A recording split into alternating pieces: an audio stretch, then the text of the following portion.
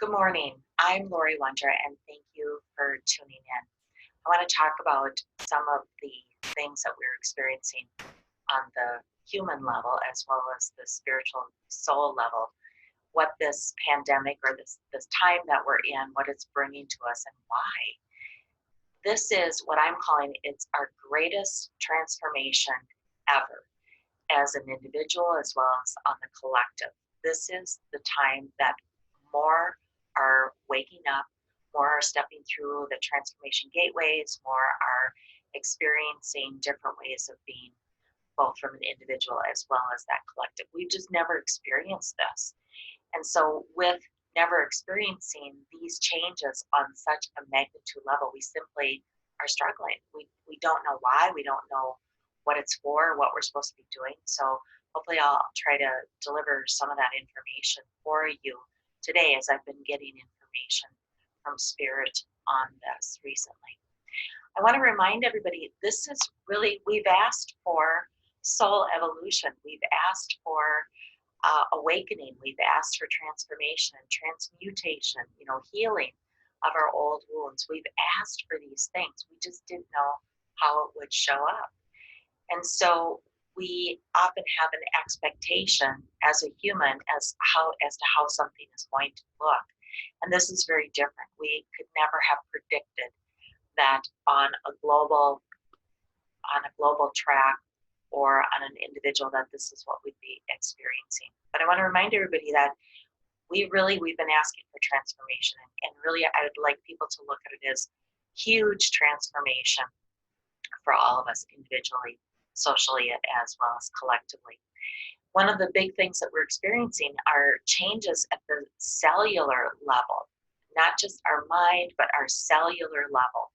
With billions of cells within our human being, everything vibrates together to create the human presence that we are. So we're made up of billions of cells, and that energy interacts with other energy.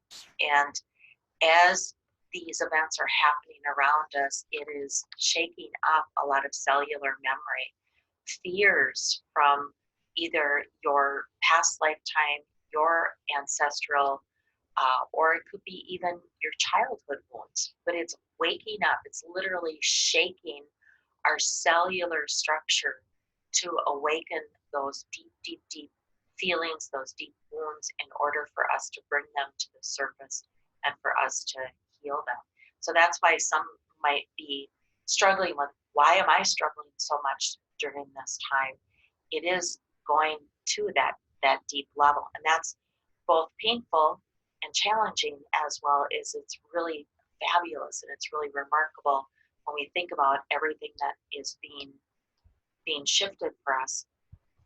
Also, we've been asking to move into the higher places, the higher dimensions.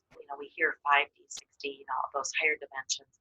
Well, honestly, in those dimensions, there is no time. Time is only relative in the third dimension. We think about the clock, that's in a circle, right? It's a cycle, that's time. But as we move into these higher dimensions, there is no time. Everything is event-based. So when we ask about, like, how long is this pandemic going to last? How long do we have to be sheltering in place? We want a timeline, and that's based on third dimension. But in fifth dimension, sixth dimension, the other dimensions, it's all event-based.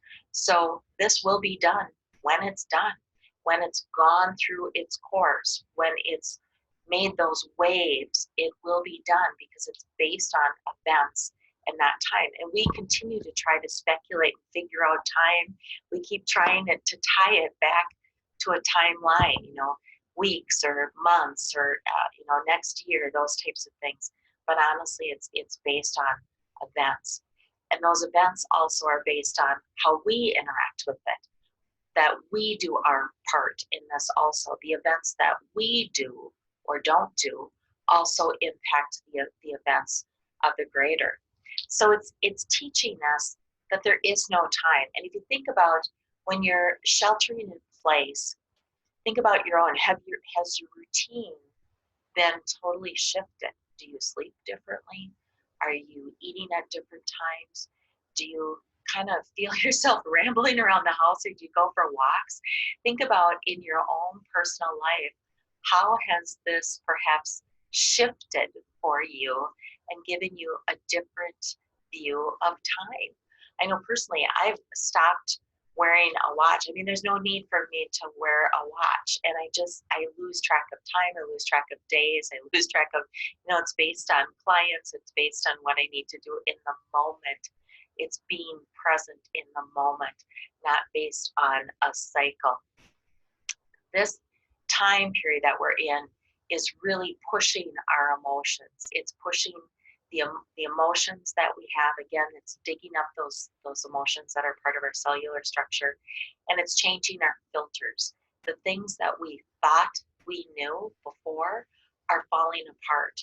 The beliefs maybe that we had are no longer the beliefs. So we're going through a transition, a huge transition, where we're experiencing all these different feelings, including fear is the number one.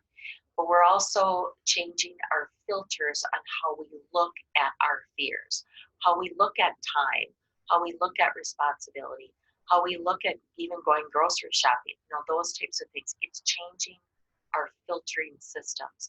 And typically whenever we go through a massive change of our filtering systems, often this happens when there's a traumatic event in someone's life. And that creates a need to develop different filters, get rid of the old filters, allow the new filters to come in. That is what we're doing or experiencing right now, is a change of our emotions and the filters that we have to those emotions, but as also the filters that we have just to basic life. Do I need to work so hard? We're really assessing the need to travel, the need to go out and do things that maybe are not needed right now. So everything about our life is being shifted in the filters. And that indeed is forcing us to go within to really check what's important to me. Is the important thing that I am healthy and happy and safe with my family?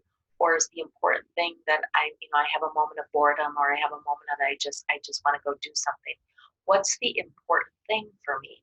So it's forcing us to go into that state of being, because we can't go out and do a lot of things. So it is triggering that inner calmness, that inner sense. And so many of us have avoided doing that inner work for years. This is the universe just saying, you can't go anywhere. You got to stay put, and you get to work on the inner stuff. And that inner stuff is part of the inner child. It's part of the imprints that you have on you. It's part of those soul wounds, those ancestral wounds, those DNA parts of you that you've been avoiding, and you just can't run from them. And so when you can't run from them, what does that do? It makes us uncomfortable. It makes us feel like I'm trapped.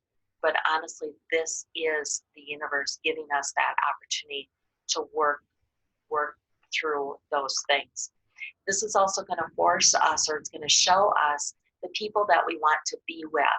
Our vibrations are all changing, and we're sheltered in place with people that we either like to be with or we don't like to be with. Or it's letting us see, I really miss this group of people. I really miss going here. It's showing us where our vibrational patterns are, where they were, where they are now, and perhaps where you want to be when all this ends, the people that you want to be with, the groups, the associations, those types of things. We're really noticing what we miss.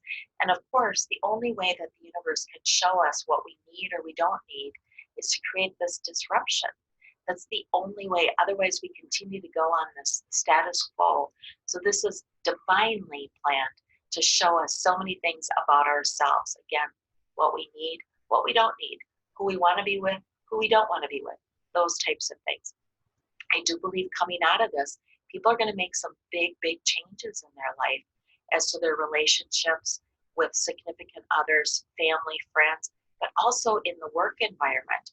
It's showing you what do you want to, or what will you tolerate in this space of uncomfortableness.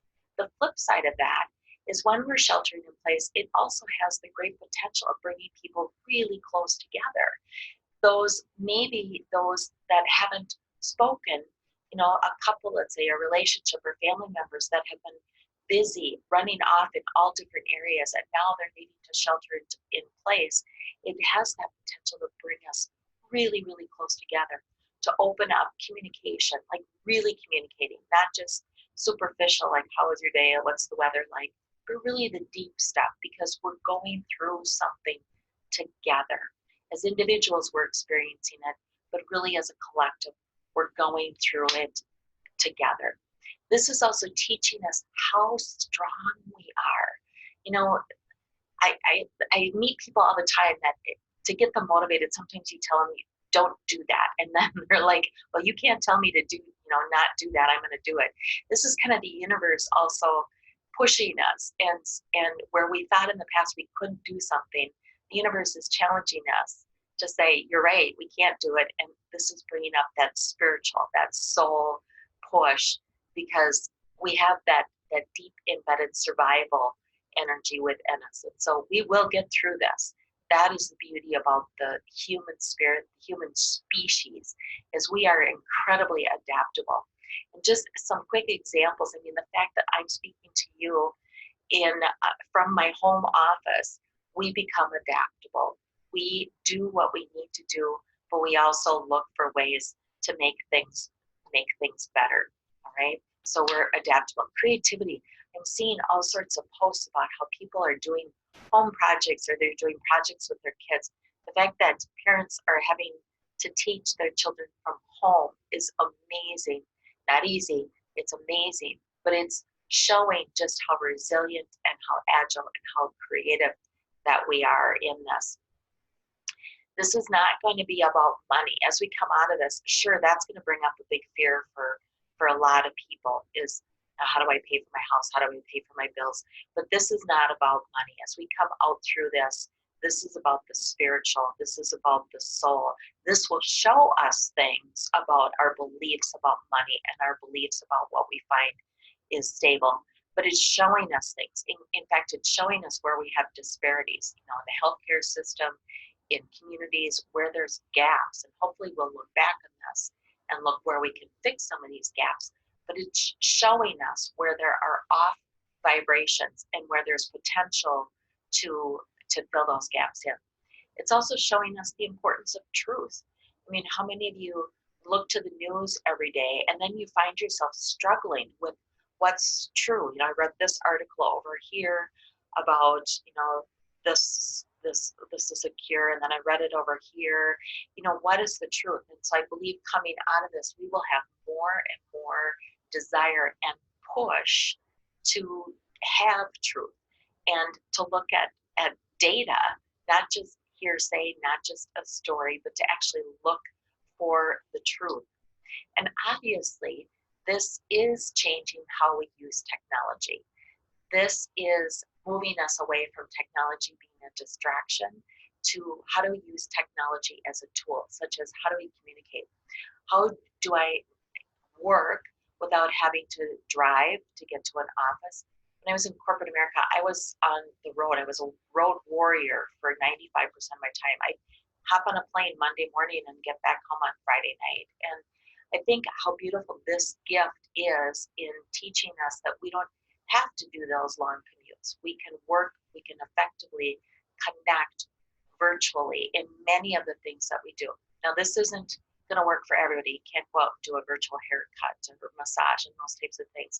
But it's teaching us to use technology in a different way versus a distraction, where you're out for dinner and you're just looking down at your phone and everybody else at the table is also looking down at their phone.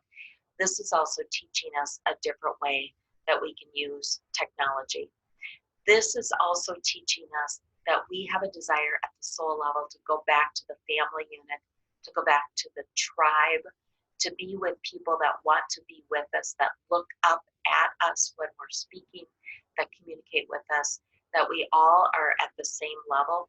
And sometimes a big world event like this brings people together. You could say it's trauma at the global level. And so it brings this consistency, or everybody has their experiences in their own individual life, but they have a collective experience. And this brings tribes and families together in this. I feel like as we go forward, we're also seeing that wildlife is recovering. There's animals that are showing up in places they're just walking down the streets. The waterways are clearing up, the air is clearing up. I mean, Mother Nature is taking a reset or a rest, just like we are going through a reset or a rest. So as we go forward, I also feel like how we look at medicine and healing and solutions. We're more aware of our immune systems. We're more aware of healthy measures, and we're seeing that, as I mentioned, as nature is coming back in. The water is clear, the skies are clear. It's also reminding us about what do we need to do to maintain our health, to keep our immune systems vibrant and up. There's always going to be illnesses, there's always going to be diseases around, but what are we doing as individuals or collectives to help heal that?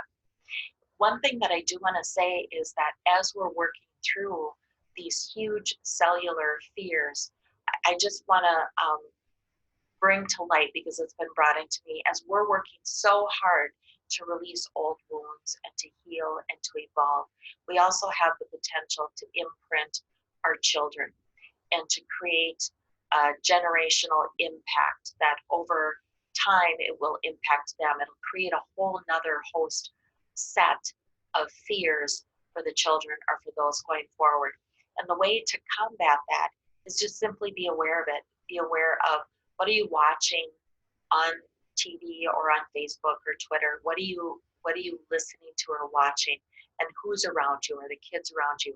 How is your emotional being through this? Are you panicked and fearful? Because even if you might not be saying anything, the kiddos are going to just absorb that. And so be aware that as much as we're working through to clear those old wounds, those childhood imprints that just unknowingly got imprinted on us, the DNA codes that we carry that are from ancestral wounds, that we have to be also cognizant and aware and protect the generations and those that are around us.